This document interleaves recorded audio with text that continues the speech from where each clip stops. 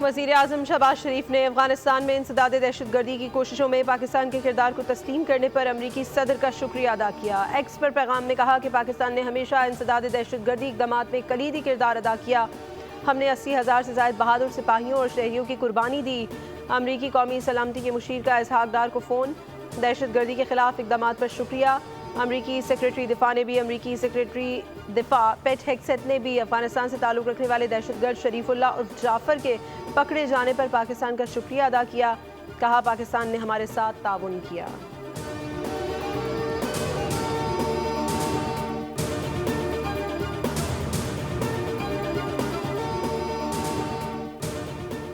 सदर ममलिकत वज़ीर आज़म और वफाकी वज़ीर दाखिला का कामयाब ऑपरेशन पर सिक्योरिटी फोर्सेस को खराज तहसीन।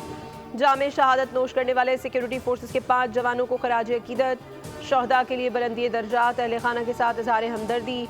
सदर ममलिकत ने कहा कौम ऐसी मज़मूम कार्रवाइयों को मुस्तरद करती है। वज़ीर आज़म ने कहा दहशतगर्दी के खिलाफ पाकिस्तान की मुसल्लह अफ़वाज सीसा पलाई दीवार की तरह खड़ी है।